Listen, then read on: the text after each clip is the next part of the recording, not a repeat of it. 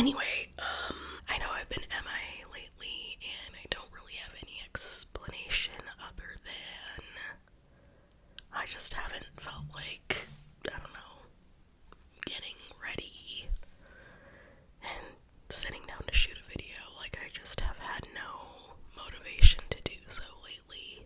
I think the last video that I did, I posted on Halloween, which was quite a while ago. It's now almost Christmas. I saved some Let's Not Meet stories, and I was gonna post that video on my birthday, but I just never got around to it, so let's do it. I hope you guys enjoy these. First story is called My Screaming May Have Saved My Life. Some context first. This story took place in 2020 when I was 18 years old. I lived in a relatively safe neighborhood, but my country does have a high crime rate in general. So take that with a pinch of salt. My dad had passed away earlier in the year, and I had no siblings, so my mom and I lived alone in our house. The COVID lockdowns were still in place, but as certain restrictions were lifted, people were starting to return to work. Between my house and the train tracks was a stretch of empty field. It became a safe, quiet space for me to escape to whenever I needed to get out of the house. I would normally sit there once a day for a cigarette or two, sometimes for a little picnic. My home situation was complicated, to say the least, and due to the pandemic, I had nowhere else to go. On this particular day, I went there for a few minutes to smoke, as always. I was about halfway through my cigarette when I noticed a young man walking along the train tracks on the other side of the field. He was barefoot and wearing dirty, worn-out clothes. He noticed me and made a hand gesture suggesting that he was asking for a smoke. I should have just left, but as a teenager, I found it difficult to say no to people. I walked across the field and handed him a smoke. He took it from me, and I immediately felt uneasy with the way he was looking at me. He asked me, "Don't you live in that house over there?" "No." "Say no," and pointed at my house. I avoided answering the question. Good. And at this point, realized that I needed to leave. For him to know where I lived, he must have watched me leave from the back gate before. I told him I needed to get going. He started insisting on giving me a hug to say thank you, and I declined several times. Why can't we just say no once? No. No thanks. Nope, I'm good. No. No means no, not, oh, maybe if I keep asking the answer will change. No. It's no. At this point, I turned around and started walking away. I didn't get very far. He got up to me and put his arm around my waist. I panicked, not knowing what to do. All I could think of was that I needed to get away. As I tried to start running, he grabbed me from behind and started dragging me toward the row of houses, where the view from the road is completely blocked. The fences were high too, so no one could see the field from their backyards. We were completely isolated. I was kicking and struggling, desperate to get out of his grasp. He ended up throwing me on the ground with him on top of me, still holding on. In a split second, my life flashed before my eyes. That feeling that something terrible was about to happen came over me. I couldn't escape. He was too strong. My arms were trapped by his, and he was holding me down so I couldn't kick him. I did the only thing left to do, and I started screaming for help. Suddenly, I was free. I could move. He had let go and jumped off of me. He ran away. My heart was still pounding. I was shaking in shock from what had just happened. He disappeared into the industrial area on the other side of the train tracks. I immediately ran towards the road. As I reached it, I noticed it was empty. There were no cars parked in my neighbor's driveways. No one heard me screaming and had realized that day could have had a far worse ending. He knew where I lived, and I was terrified of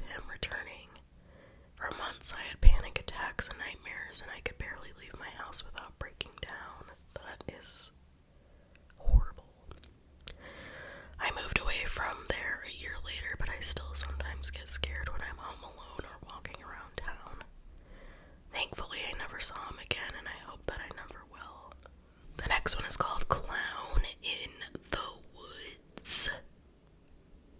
Question mark. I'm from the UK, if that's any context.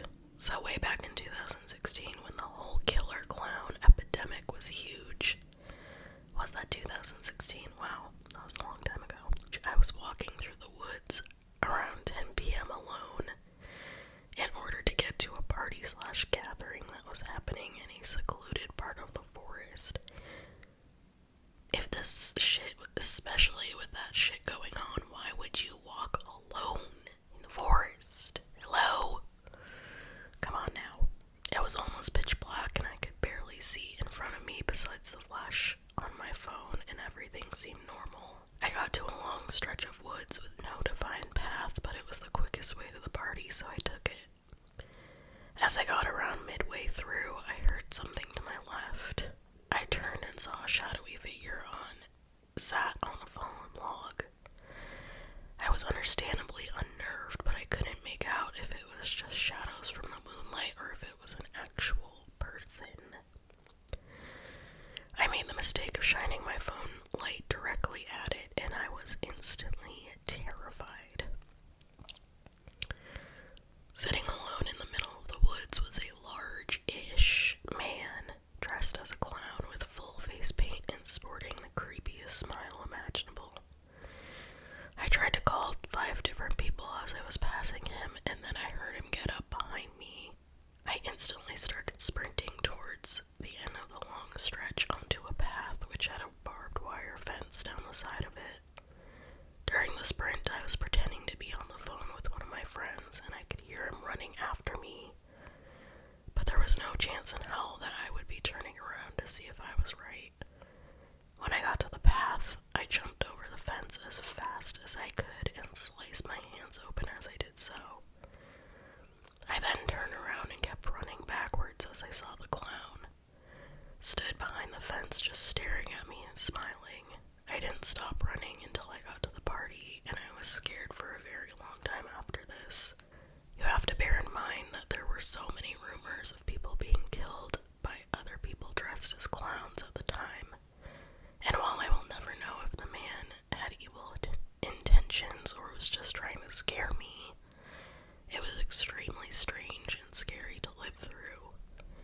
In conclusion, killer clown man from the woods. Let's not meet. The next one is called Strange Man Entered My House and Watched Me Sleep. To preface, I live in a college town with 6 other young girls in our 20s. The city we live in is not that nice and has a huge homeless/drug problem where break-ins are not unusual. However, what happened last Saturday was definitely strange. My roommates and I, as well as some of our boyfriends, were hanging out and drinking in our house, while 2 of the girls opted to go out to a bar. By around 1 or 2 a.m., the girls came home from the bar and everyone was tired, so we all went to our own respective rooms. Later in the night, I was awoken by someone opening my door and standing in my room staring at me. In my head, I thought that it was one of my roommate's boyfriends trying to see if my boyfriend and I were still awake to continue to party. Since I was tired, I pretended to be asleep to avoid being bugged. After a bit, the person closes my door and proceeds to pace back and forth in the hallway. They then begin to attempt to open my roommate's door, whose room is right next to mine. Luckily, her door was locked and she also had her boyfriend with her. The person then proceeds to go into our utensils drawer and grabs a knife to attempt to pick her lock. After gaining some courage, her boyfriend shouts, "Who the fuck is that?" which startles the man, who then sprints up the stairs and out the door. The police were called and did a search and obviously didn't find anything. They told us break-ins were normal, which we knew. However, what makes this whole scenario creepier is that he didn't steal anything. My phone, alcohol, and $600 shoes were untouched. $600. Child. We also suspect that this person was not on drugs or alcohol, as he moved very quietly and deliberately.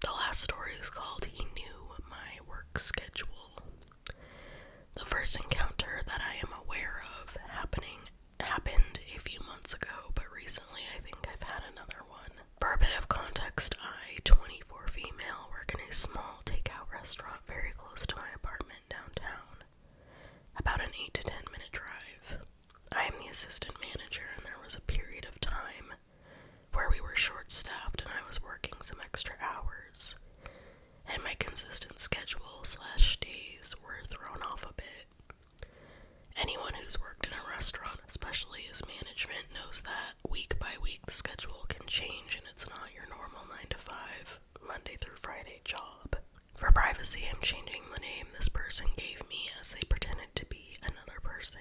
I usually close. I work from 4 p.m. to 12 a.m., usually give or take a few hours. During this time, though, I had to swap some shifts with my boss, and I ended up opening for a few days. The crowd we get, depending on the shift, is actually very different. For privacy, I won't say where I work, but it goes from a casual lunch craving to more of a party crowd someday. One day there was a situation where I stayed later than I usually do on an open, and I got a call to the store. Not uncommon, we take call-in orders. A team member answered and looked a bit confused and came up to me. Hey, some guy on the phone is asking for you. I chuckled and made a joke. I'm not the manager here after 5. And he looked uncomfortable and confused and said, no, he asked for you, not a manager. You mean he knew my name? Yes. I immediately worried, but played it off. I'm sure our regulars know my name. I have a few sweet regulars we see all the time. I went and took the phone call, expecting it to be one of the customers that usually call orders in every few days, and it wasn't. No caller ID, weird area code, and I did not recognize the voice. Hello, this is the manager speaking. What can I do for you? Hey, in parentheses, my name. I know you remember me. My name is Jason. I come in there every Tuesday. You know me. I work at, parentheses, another small building across the street, and my car broke down. I need you to go grab cash from the drawer with my credit card or something. Got a flat at the big light right outside. I didn't know him, and I'm not ignorant to scam calls. The name he gave me isn't an uncommon name, but I only have one regular with that name. Every Tuesday, 4 to 5 p.m., like clockwork. I curiously peeked out the window to the stoplight he mentioned. Nothing there but moving cars. Sorry, sir, I can't do that for you. Corporate policy. And then his tone shifted, and I wanted to throw up. You know me, though. Hey, what's with you being there all the time? Don't you ever go home? I thought I saw you working this morning. You usually close on Tuesdays, and I didn't expect to see you at all yesterday. After that, I don't remember exact quotes because I was freaked out, but he did continue to have details on my schedule, and when I would arrive and leave, even before or after store hours. I asked who this was again because I have a lot of regulars, and he repeated his name as Jason and described himself physically. This is where I truly panicked. The name and description he gave me was of my regular Tuesday customer, Jason, who was sitting in my dining room and eating his food. I made his order. He was sitting right in front of me, not on his phone, not being weird or looking at me. So this person who knew my schedule, knew when I'd leave my store, and knew the names and descriptions of my other regulars. I told my boss and we blocked the number. Out of curiosity, I googled the number. It was a fake one with a random area code out of state and was not on our system. We had a staff meeting to reiterate to never tell customers who is working or when their shifts are. That has been an issue with our staff. It's a small, tight-knit team. We have a buddy system now, even to just take out the trash. Nobody used to be alone in the store after dark. I take a different route home sometimes. I still get nervous when anyone gives me that or a similar name. I never met anyone since then or before that I can remember that with that voice until recently. This is already very long, but I have more context and information about pieces of the story that make it even worse. Like a coworker knowing the owner of the place he claimed to work at. Nobody by that name works there. We've had a few suspicious people park out front, sit, and then leave. Recently I got a call on order under the same name. The voice was similar, but the phone was muffled, and I had a hard time taking the order.